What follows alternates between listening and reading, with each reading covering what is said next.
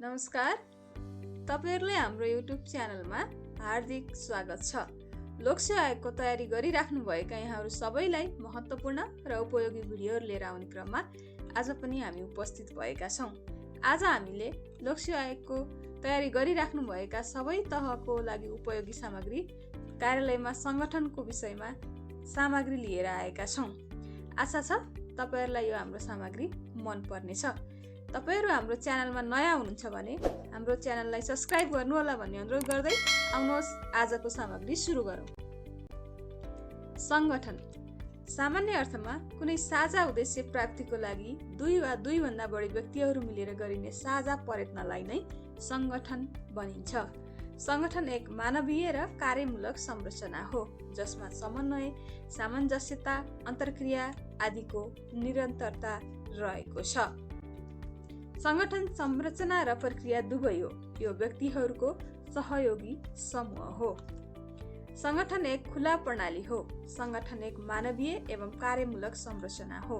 यो सामूहिक उद्देश्य र कार्यको संयोजन हो।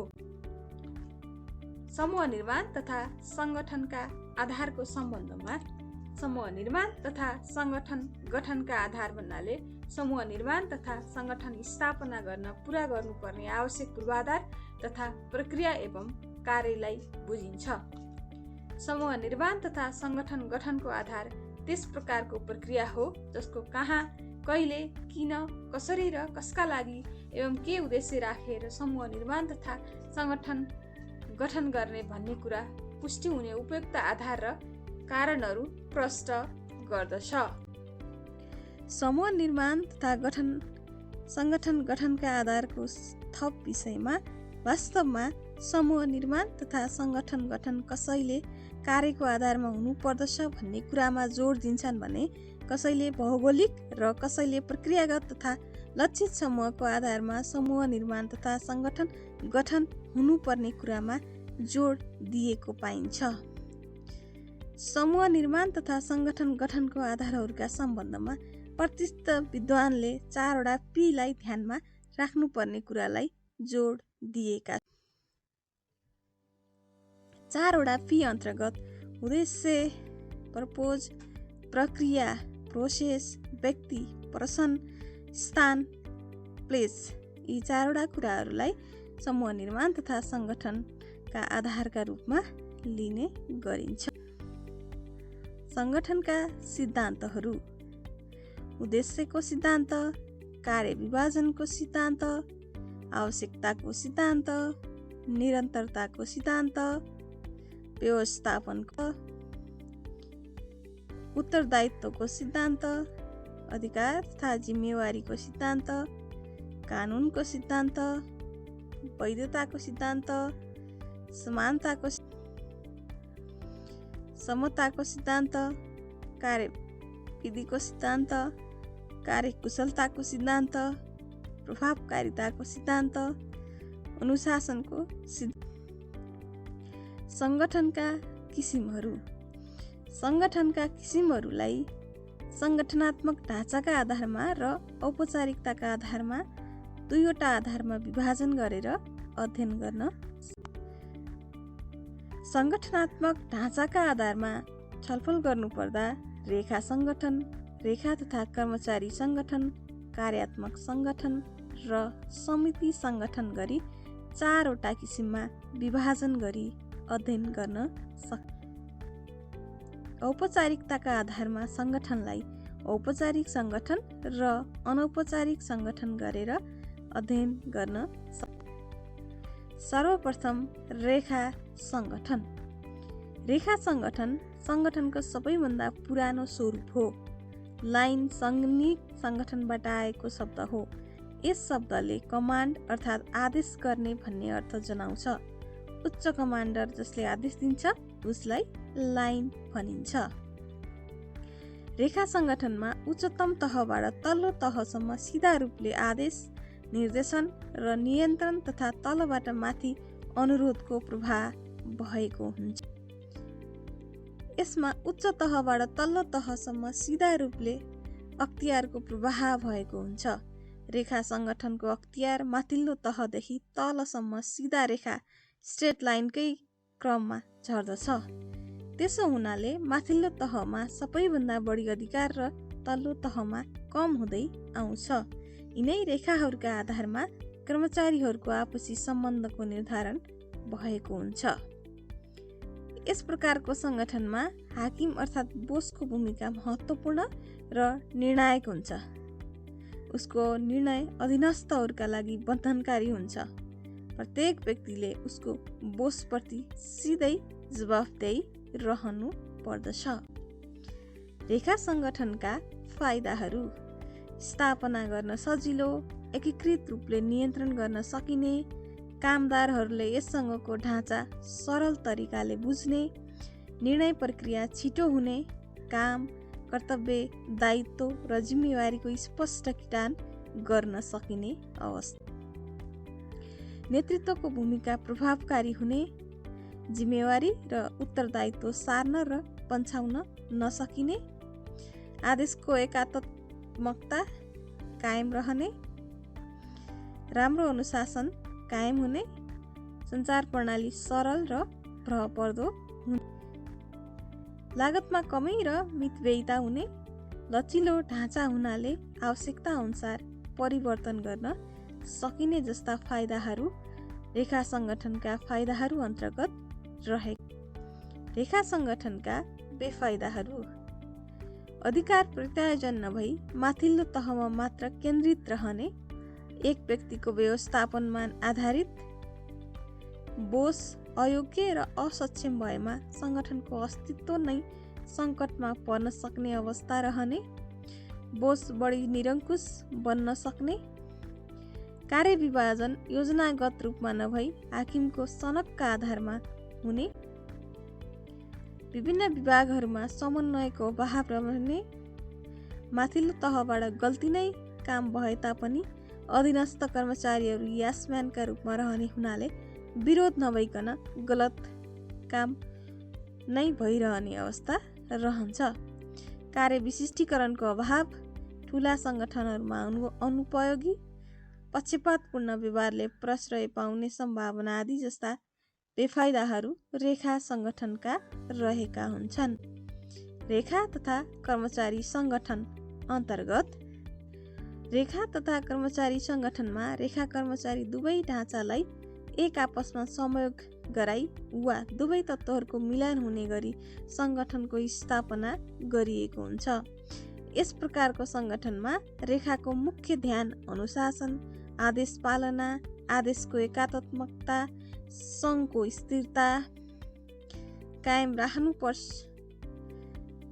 भने कर्मचारी अर्थात् स्टाफले भने श्रम विभाजन, कार्यको विशिष्टीकरण, प्राविधिज्ञ र विशेषज्ञहरूको आपूर्ति, दक्षता, नेतृत्व आदितर्फ ध्यान दिइन्छ। रेखा तथा कर्मचारी सङ्गठन अन्तर्गतकै रेखा तथा कर्मचारी सङ्गठनमा पनि रेखा सङ्गठनमा जस्तै गरी अख्तियारको प्रभाव माथिल्लो तहबाट तल गर्दै झर्दछ। यसो भए तापनि प्राविधिक कर्मचारी, विशेष तथा अन्य आवश्यकीय कर्मचारीहरू रेखाका प्रबन्धकहरूलाई सहायता गर्ने कार्यमा राखिन्छ। यस प्रकारको सङ्गठनमा प्रशासकीय क्षेत्रमा अनुभव हासिल गरेका तथा प्राविधिक ज्ञान र सिप भएका दुवै थरीको महत्त्वलाई समेटी जिम्मेवारी प्रदान। रेखा तथा कर्मचारी सङ्गठनका फाइदाहरू: रेखाका व्यवस्थापकहरूले स्टाफहरू मार्फत विशेष प्रकारको सल्लाह सुझाव तथा सेवा पाउन सक्ने, रेखाका बोसहरूले सरल र सुगमताका साथ कार्य सम्पन्न गर्न सक्दछन्, निर्णय प्रक्रियामा सरलता आउनुका साथै ठिक समयमा ठिक प्रकारको निर्णय हुन सक्दछ। रेखा सङ्गठनभन्दा यो सङ्गठन बढी लचकदार हुन्छ। कार्य विशिष्टीकरणले प्रश्रय व्यवस्थापन र कार्यान्वयन पक्षका समस्याहरू सजिलै पहिचान भई निराकरण हुन सक्ने, कार्य विशिष्टीकरणले गर्दा कर्मचारीहरूको दक्षता अभिवृद्धि हुन्छ। रेखामा भन्दा यसमा स्वच्छताको मात्रा बढी हुन्छ, समन्वय र नियन्त्रणमा सरलता रहने, रेखा र स्टाफका बीच आपसी सहभागिता र समन्वयमा वृद्धि हुने। रेखा तथा कर्मचारी सङ्गठनका बेफाइदाहरूको सन्दर्भमा लाइन, स्टाफ अधिकारी बीच दुई तहको सीमा रेखा डिमार्केसन उत्पन्न हुने खतरा रहन्छ। रेखा र प्राविधिक कर्मचारीहरूको बीचमा अख्तियारीको विषयलाई लिएर विवाद उत्पन्न हुन सक्ने अवस्था। रेखा तथा स्टाफ बीच काम कर्तव्य र अधिकारको स्पष्ट निर्धारण गर्नमा कठिनाई। रेखा तथा कर्मचारीका अधिकारीहरू बीच अनावश्यक गुटबन्दी सिर्जना हुने सक्ने खतरा। रेखा प्रशासकहरू तथा स्टाफ प्राविधिकहरू बीच शक्तिको होडबाजी भई आपसी रिसराग र देश उत्पन्न हुन सक्ने अवस्था रह। प्राविधिक र विशेषज्ञको काम गर्ने स्टाफ र सो उप अन्तिम निर्णय गर्ने रेखा हुनाले आपसी तालमेल मिलाउन कठिनाई हुने। लाइनको प्रमुखले स्टाफका सुझावहरू नमान्न सक्ने अवस्था। लाइनको प्रमुख र स्टाफका विशेषज्ञहरू बीच असमझदारी बढ्ने। स्टाफहरूले अख्तियारीको अभावमा उपयुक्त सुझाव र योजनालाई पनि कार्यान्वयन गर्न नसक्ने अवस्था रहन्छ। तेस्रो नम्बरको कार्यात्मक सङ्गठन। कार्यात्मक सङ्गठनमा प्रत्येक कार्यका लागि कार्यका आधारमा विभिन्न विभागहरूको व्यवस्था गरिएको हुन्छ र कार्यका आधारमा विशिष्टीकरणको सिद्धान्तलाई पूर्ण रूपमा प्रयोगमा ल्याइन्छ। त्यसैले यस्तो सङ्गठनमा संस्थाका हरेक क्रियाकलापहरूलाई उत्पादन, वितरण, वित्त, लेखा प्रशासन, बजार, कर्मचारी प्रशासन, भौतिक प्रशासन जस्ता कार्यका रूपमा विभाजन गरिन्छ। यी सबै कार्य हेर्ने छुट्टा छुट्टै इन्चार्जको व्यवस्था भए तापनि मुख्य प्रबन्धक भने पुरा सङ्गठनको एउटै हुन्छ र अन्तिम अधिकार उसमा निहित रहन्छ। कार्यात्मक सङ्गठनका फाइदाहरू। कार्य विशिष्टीकरण र विशेषज्ञता, कार्यमा शीघ्रता र मितव्ययिता, कर्मचारीको कार्यक्षमतामा वृद्धि, कार्य जिम्मेवारी र कार्यबोझ बराबर बाँडफाँड, कर्मचारीको वृद्धि, उत्पादन र उत्पादकत्वमा वृद्धि, कार्यकारी क्षमतामा वृद्धि हुने, आफूलाई तोकिएको कार्यमा पूर्ण समय दिई काम गर्न पाउनेले कार्य सन्तुष्टि बढ्ने, सङ्गठनले दक्ष नेतृत्व प्राप्त गर्ने, विभिन्न किसिमका सिपहरूको उच्चतम। कार्यात्मक सङ्गठनका बेफाइदाहरूको सन्दर्भमा मुख्य हाकिमका अतिरिक्त निकटस्थ हाकिमहरू समेत हुने हुँदा आदेशको एकात्मकता नहुन सक्ने, अनुशासनमा कमी आउन सक्ने, आपसी द्वन्द्व बढ्न सक्ने, निर्णय गर्नमा ढिलाइ हुने। रेखा सङ्गठनका चाहिँ यस प्रकारको सङ्गठनको ढाँचा सबैले बुझ्न त्यसै गरी कर्मचारीहरूलाई यन्त्र जस्तो गरी स्वचालित रूपमा काममा लगाउने हुँदा उनीहरूमा निराशा उत्पन्न हुन सक्ने, समन्वयको अभाव, बढी खर्चिलो संरचना आदि यसका बेफाइदाहरू रहे। चौथो सङ्गठनको रूपमा हामीले समिति सङ्गठनलाई लिन सक्छौँ। समिति भन्नाले कुनै निश्चित कार्य निश्चित समयमा सम्पन्न गर्ने जिम्मेवारी सुम्पी सामान्यतया 2 जनाभन्दा बढी व्यक्तिहरूलाई काम विशेषमा लगाउने प्रक्रिया हो। तर कतिपय विषयमा 1 सदस्यीय समिति पनि बन्न सक्ने हुँदा 2 जनाभन्दा बढी व्यक्तिहरू वा समूह नै पनि समितिको किटानी परिभाषा गर्न सकिँदैन। अहिले पनि समितिको गठन कुनै खास कार्य सम्पन्न गर्नको लागि गरिने हुन सक्छ। तोकिएको अस्थायी प्रकारको सङ्गठन हो। समितिलाई सङ्गठन भन्नुपर्ने खास आधार, निश्चित उद्देश्य राखी ती उद्देश्यहरू हासिल गर्न कर्मचारीको व्यवस्था गरिनाले नै हो। समितिले योजना, बजेट, मध्यस्थता आदि विषयमा विभिन्न उपसमिति पनि गठन गर्न सक्दछ। समिति सङ्गठनका फाइदाहरू। सामूहिक विचारको कदर, धेरैको विचारबाट ठोस विचार निस्किन सक्ने भावनाको विकास, मिलिजुली काम गर्ने, वाद विवादहरूद्वारा महत्त्वपूर्ण निष्कर्षमा पुग्न सकिने, निर्णयको प्रभाव। समिति सङ्गठनका फाइदाहरूको सन्दर्भमा निर्णय कार्यान्वयनमा शीघ्रता, अनुसन्धानात्मक कार्यले प्रोत्साहन पाउने, प्रजातान्त्रिक व्यवस्थापनमा आधारित व्यवस्थापन पक्षलाई नीति निर्माणमा सहयोग पुग्ने आदि फाइदाहरू रहन्छन्। त्यसै गरी समिति सङ्गठनका बेफाइदाहरूमा सदस्यहरूबीच मतभेद, निर्णय गर्नमा ढिलाइ, सदस्यहरूबीच राजनीतिक झुकाव, सबै सदस्यहरूको कार्यप्रति समान सक्रियता नहराउनु, सामूहिक उत्तरदायित्व वहन गराउनु, अनावश्यक गफ र चर्चा परिचर्चामा समय नष्ट हुने, नियन्त्रण गर्नमा कठिनाइ, कार्यकारी क्षमता र प्रशासनिक दक्षताको अभाव जस्ता समस्याहरू समिति सङ्गठन अन्तर्गत रहने गर्दछन्। अब औपचारिक सङ्गठनको आधारमा औपचारिकताको आधारमा सङ्गठनलाई दुई भागमा बाँडिएको छ, औपचारिक सङ्गठन र अनौपचारिक सङ्गठन। त्यस अन्तर्गत हामीले पहिला औपचारिक सङ्गठनको बारेमा कुरा गर्नेछौँ।